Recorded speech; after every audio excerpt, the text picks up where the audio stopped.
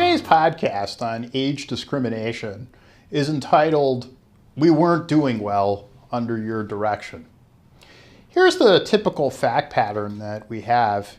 You have a company, for whatever reason, they claim they weren't doing well. And they bring in the executive who's in his 60s or her 60s. They talk to this person, they bring out some financial records, and the company makes the claim, "We weren't doing well, we haven't been doing well under your leadership," and that person is terminated. And then lo and behold, usually around 3 to 4 weeks later, the company brings in someone 25 years younger to do the same job as the person the company let go. And this is a typical fact pattern which creates an age discrimination question.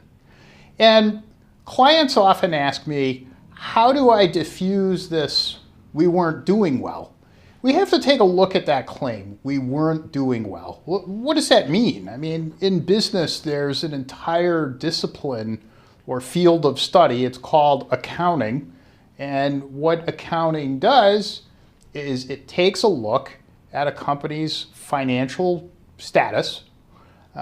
Typically, companies, whether they're publicly traded or not, will produce quarterly statements and an annual report, which will have things like a statement of cash flows, an income statement, a balance sheet, and it gives investors some sort of indication of how the company was actually doing.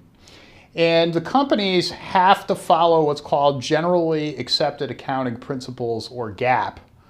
And they have to be consistent. The way that they account for revenues, for expenses, has to be consistent with these generally accepted accounting principles. And when a company makes a claim "we weren't doing well," very often in a litigation, we will get a hold of those records. We will get a hold of financial statements, not just for that quarter or for that year. We'll take a look at why the company claims it wasn't doing well, and is that really true, or was this just a pretext to get rid of a particular executive? If you go back to the Enron days, and this is a good example, one of the things that Enron would do, and they got nailed for this, is they would have a 10-year contract to supply gas for the city of Los Angeles or certain parts of California, and they would book all of the income for the 10 years in the first year of the contract. They would say, over the next 10 years, this is going to be something like a $50 or $100 million contract, and we're going to count all that revenue right now in year one. Well, you can't do that, and Enron got nailed. Now, not every company that's going to fire someone under a pretext of age discrimination is going to be as vile as Enron, but you do have to take a look at the actual claims. We once had a case, this was a number of years ago, where a company had claimed that the third quarter of a particular year was really, really terrible, and that they weren't getting a lot of revenues in the third quarter. And we got a hold of the books, and we actually got a forensic accountant to look at some of these statements. And what we found was that the company purposely didn't book revenue in the third quarter. They withheld it until the fourth quarter. They got rid of, it was a group of Iranian Americans, they got rid of them, and what had happened is they then had one of the best fourth quarters ever. Well, that was a pretext for discrimination. I'd like to take a look at three companies, three different companies, each having some financial activity, and take a look at how companies can manipulate or not manipulate data in terms of terminating employees. Now, a typical company, Charles Schwab, okay, this is really an easy one. This is what we're looking at here as Charles Schwab fourth quarter net income of $522 million, caps, record year. 2016 revenues rise 17% to $7.5 billion. Net income grows. And you can see in their financial highlights from 2015 to 2016, the increase in revenues, the increase in income.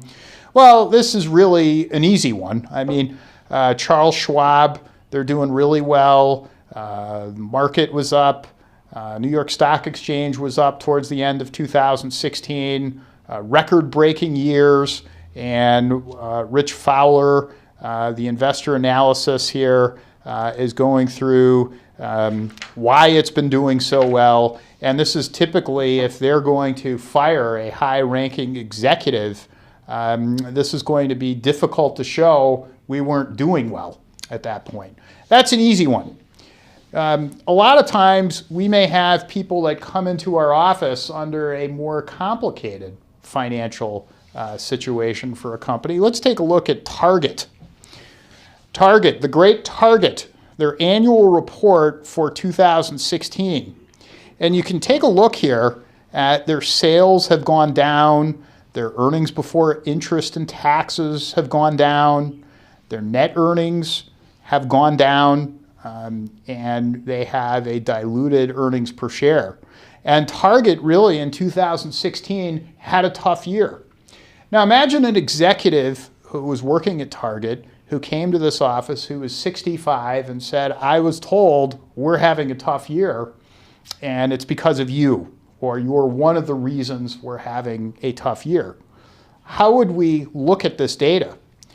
Well, behind the annual report, usually there are some comments.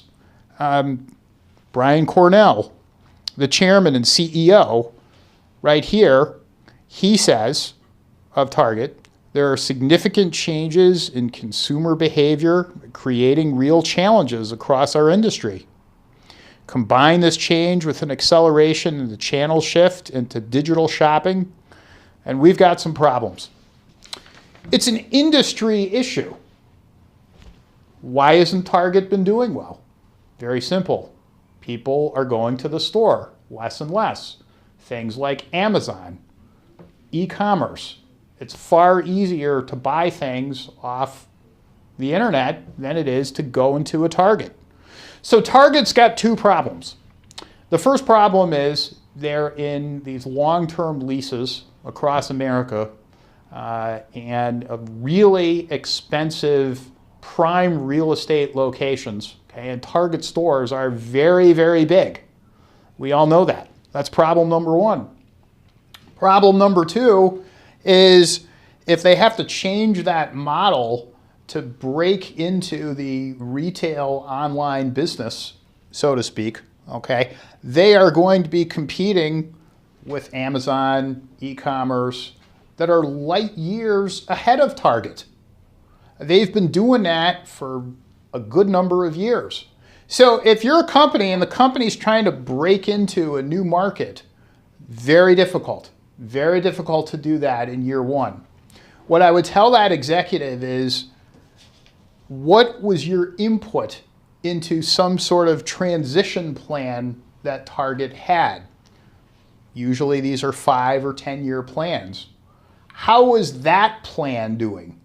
That's really the issue. If the goal was to increase market share, let's say 5 or 10% per year into the Amazon world, how was that working?